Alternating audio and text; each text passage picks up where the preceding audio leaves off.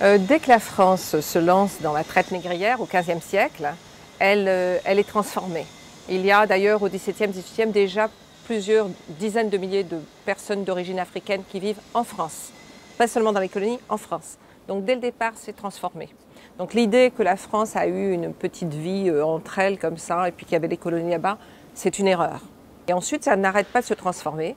Donc si vous voulez, les apports, ça transforme tout. La manière de consommer, je veux dire, dès que les Français se mettent à consommer du café, du sucre, du chocolat, fumer du tabac, ça vient d'où? Ça vient de ces colonies. Donc ça transforme même leur manière d'être. Ensuite, donc, ce qui est nourriture, ce qui est musique, ce qui est dans les arts, on le voit beaucoup, dans la culture, dans la littérature, ça se voit, et évidemment dans le droit, et dans la conception de la liberté, dans la conception de la citoyenneté. Ce pays, la France, a été profondément transformé dès que ce pays s'est lancé dans l'entreprise coloniale, dans l'empire colonial, donc dès le XVe siècle.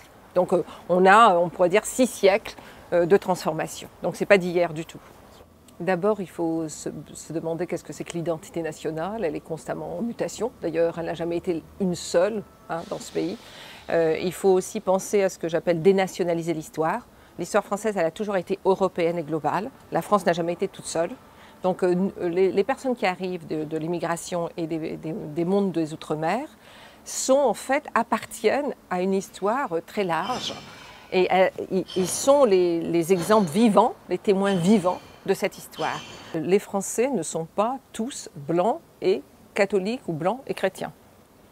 Ils sont musulmans, ils sont hindous, ils pratiquent, ils ont des religions, des langues. Il y a plusieurs langues qui sont parlées en France, il n'y a pas que le français.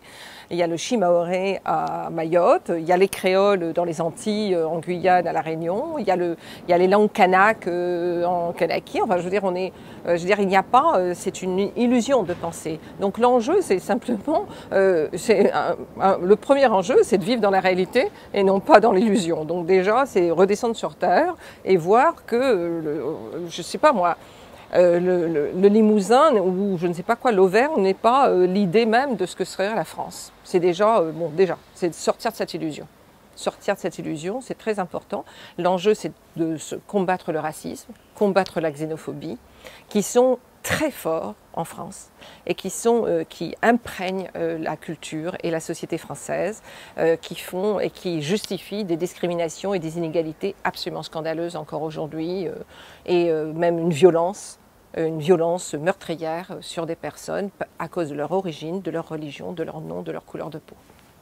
Et est-ce que vous trouvez qu'en termes de recherche, de politique, de société, on va quand même vers l'avant Ce qui est étonnant en France, mais un peu partout, c'est qu'à la fois vous avez d'énormes avancées dans toutes ces dernières années, que ce soit dans la recherche, dans les arts, dans la culture, dans la vie sociale.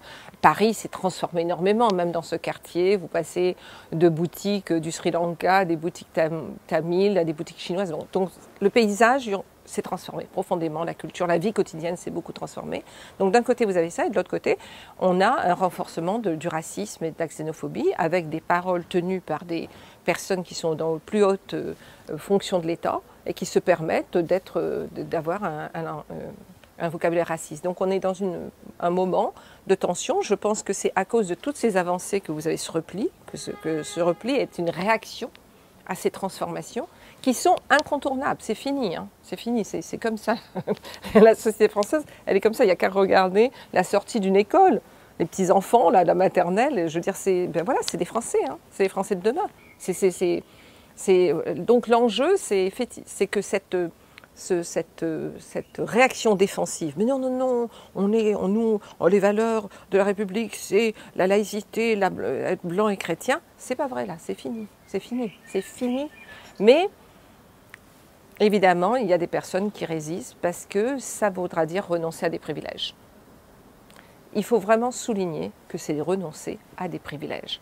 Même quand vous êtes pauvre, on vous a donné leurs privilèges, on vous a fait blanc, on vous a fabriqué historiquement comme blanc et ça vous a donné un privilège de vous penser supérieur aux autres, même si socialement vous êtes, on pourrait dire, pas de la même classe. Il faut renoncer aux catégories racistes qui historiquement nous ont été mises dans la tête et qui fait qu'on regarde les gens à travers ces prismes, à travers ces catégories, et non pas à travers ce qu'ils font, ce qu'ils accomplissent, ou elles d'ailleurs, pas seulement ils, elles.